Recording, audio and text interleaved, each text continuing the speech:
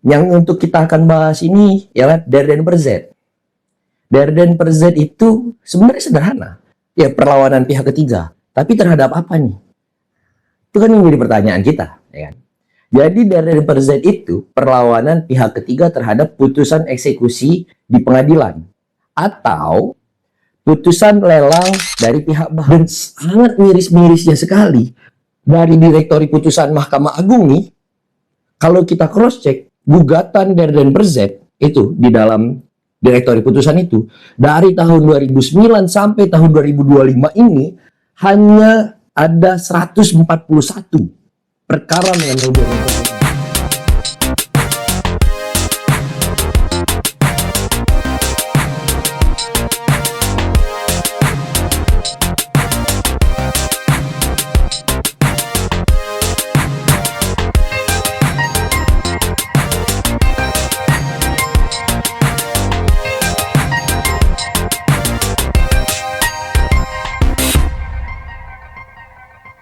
Assalamualaikum warahmatullahi wabarakatuh.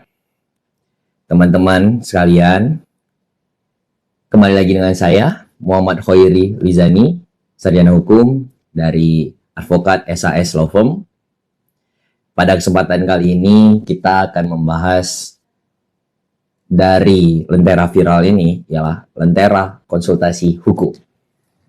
Kenapa dengan lentera konsultasi hukum? Karena disinilah momen-momen kita untuk berkonsultasi. Selama ini dalam video-video kita, yang sebelumnya itu mengenai podcast. Nah, tapi pada kesempatan kali ini, kita akan berkonsultasi hukum melalui media online. Nah, jadi, untuk rekan-rekan sekalian, sebelum kita melanjutkan apa yang akan kita bahas pada hari ini, tolong jangan lupa di-subscribe dulu. Dan serta di-like juga video-videonya. Karena kita nggak pernah tahu nih, apa-apa aja nih yang terjadi permasalahan-permasalahan di masyarakat sekarang. Siapa tahu dari penonton-penonton kita ini banyak yang ada masalah. Cuman kita bingung nih, apa cara-cara untuk memprosesnya. Nah, pada kesempatan kali ini kita akan membahas mengenai sesuatu hal yang unik. Yang dimana kita tuh jarang mendengarnya. Apa sih itu sebenarnya?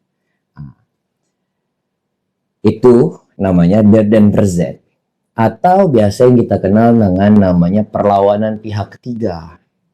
Jadi dalam hukum acara peradilan ini, saudara-saudaraku sekalian, itu banyak. Ada putusan first take, ada perzet, ada intervensi, ada pihak intervensi, bahkan ada der den perzet. Jadi bukan cuma perdata, pidana, atau PHI, atau pengadilan agama, atau yang segala macamnya. Jadi banyak jenisnya, saudara-saudara sekalian. Nah, yang untuk kita akan bahas ini ialah der den perzet. Der den perzet itu sebenarnya sederhana. Ya, perlawanan pihak ketiga. Tapi terhadap apa nih? Itu kan yang jadi pertanyaan kita, ya kan? Jadi der den perzet itu perlawanan pihak ketiga terhadap putusan eksekusi di pengadilan atau putusan lelang dari pihak bahang. Jadi ternyata putusan eksekusi itu masih bisa kita lakukan perlawanan. Nah, cuman dengan catatan der den perzet ini bisa berlaku apabila kita sebagai orang yang terkena putusan eksekusi atau putusan lelang itu tidak ikut terlibat atau tidak dipanggil sebagai pihak waktu di persidangan sebelumnya. Itulah yang disebutkan der den perzet. Jadi sebelum kita membahas lebih lanjut mengenai der den perzet, mungkin aku bakal menjelaskan terlebih dahulu mengenai apa sih putusan first take itu. Putusan first take itu apabila pihak tergugat tidak hadir. Jadi itu namanya putusan first take. Jadi cuma ada penggugatnya doang, tidak ada tergugat. Nah, apabila ternyata si tergugat ini muncul dan putusan itu sudah diputuskan, baru yang namanya verzet. Verzet itu ada perlawanan terhadap putusan first take. Itu untuk verzet. Terus untuk intervensi.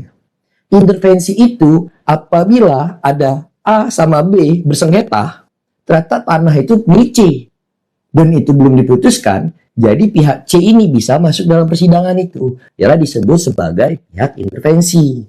Nah, untuk penjelasan pihak intervensi ini sebenarnya ada 3 jenis untuk pihak intervensi ini. Nah, pihak intervensi ini yang pertama ada fogging, yang dimana pihak muncul di dalam satu persidangan itu, perkara itu, tapi mendukung antara penggugat atau tergugat. Itu intervensi yang jenis fogging. Terus yang kedua itu to and comes, yang dimana dia datang ikut dalam perkara itu, tapi dia tidak memihak di penggugat ataupun tergugat. Terus yang terakhir free juaring atau penjaminan, yang dimana pihak ketiga itu ditarik oleh salah satu pihak, baik penggugat ataupun tergugat. Nah, itu pihak intervensi. Lah, berarti intervensi dengan DRM persen hampir sama dong. Benar. Intervensi dengan DRM persen sebenarnya hampir sama. Tapi yang jadi perbedaannya apa? Yang jadi membedakan pihak intervensi dengan DRM persen, intervensi itu ketika masih dalam persidangan, belum diputuskan. Kalau DRM persen itu sudah putus dan sudah muncul yang namanya putusan eksekusi. Nah, begitu loh saudara-saudara sekalian. Kenapa sih sekarang hari ini kita membahas mengenai DRM persen? Karena banyak dari kita yang persoalan-persoalan sengketa tanah ini, tapi kita nggak tahu gimana caranya harus untuk merespon. Tiba-tiba di rumah kita nyampe itu surat. Yang mana surat itu bahwasanya rumah Anda akan dieksekusi oleh pengadilan setempat. Terus kita bingung kan mau gimana, mau ngadepinnya gimana. Perlu diingat rekan-rekan, itu bukan termasuk ke dalam gugatan perdata yang namanya perbuatan melawan hukum. Enggak, itu beda. Jadi ada jenisnya, jenisnya DRM persen. DRM persen inilah, karena apa? Kita enggak dipanggil sebagai pihak dalam persidangan tersebut. Jadi kita nggak dijadikan penggugat, kita nggak dijadikan tergugat, atau turut tergugat, bahkan jadi saksi pun kita tidak. Nah, itulah namanya DRM persen. Jadi baik tiba-tiba rumah kita kena putusan eksekusi, atau rumah kita tiba-tiba kena lelang sama pihak bank. Nah, itulah DRM persen gunanya. Dan sangat miris-mirisnya sekali, dari direktori putusan Mahkamah Agung nih, kalau kita cross-check, gugatan DRM persen itu di dalam direktori putusan itu, dari tahun 2009 sampai tahun 2025 ini, hanya ada 141 perkara mengenai DRM persen ini. Miris kan? Iya, itulah kenapa hari ini kita berkonsultasi hukum mengenai DRM persen. Karena aku pingin mengajak saudara-saudara sekalian tuh membuka mata terhadap persoalan-persoalan hukum ini. Karena kalau kita lihat perkara-perkara ini banyak menyerang ke orang-orang yang tidak mampu dan orang-orang yang tidak paham dengan hukum. Jadi untuk skema dalam DRM persen itu sendiri, itu pun banyak. Jadi bahasa DRM persen ini kalau dalam persidangan itu bantahan masuknya. Jadi pihaknya bukan penggugat atau tergugat, atau pelawan atau terlawan, bukan. Untuk DRM persen itu masuknya pembantah dan terbantah. Nah, terus siapa yang bisa jadi terbantah? Yang terbantah ialah yang muncul dalam surat putusan eksekusi. Nah, misalkan nih contoh, si A, dan si A ini adalah penggugat sebelumnya. Si B itu adalah tergugat. Tiba-tiba sudah nyampe putusan eksekusi, si A ini menang kan? Sebagai penggugat dia menang. Tapi pas di putusan eksekusi itu, tanah kita ini kena ikut eksekusi. Nah, penggugat inilah yang kita jadikan sebagai terbantah. Nah, tapi perlu diingat teman-teman, untuk terbantahnya memang di situ, tapi ada sebagai turut terbantah. Siapa tuh turut terbantahnya? Turut terbantahnya itu kita ikuti dari surat-surat sertifikat-sertifikat yang kita dapatkan. Misalkan si A ini membeli dari si B membeli dari si C membeli dari si D. Nah, untuk B, C, sama D itu kita tarik menjadi turut terbantah. Untuk apa itu? Ya, untuk membuktikan bahwasanya sebenarnya tanah kita itu tidak termasuk ke dalam sengketa. Nah, itu kalau misalkan dari pengadilan. Lalu kalau untuk putusan lelang bank, ya pihak bank kita tarik sebagai terbantah. Gitu. Jadi untuk turut terbantahnya tetap dengan apa yang kita dapatkan tadi. Tapi kalau untuk para pihak terbantahnya, ya bisa dari bank, terus pembelinya gitu. Siapa-siapa aja yang termasuk dalam proses pelelangan itu. Begitu untuk para pihaknya. Jadi rekan-rekanku sekalian, untuk perkara Darren Perzet ini sangat-sangat unik. Terutama kalau kita lihat tadi kan, itu hanya 141 perkara.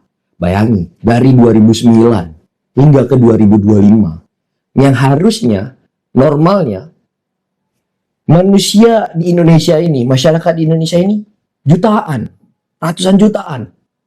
Berarti kan banyak. Kok perkara Darren Perzet hanya 141?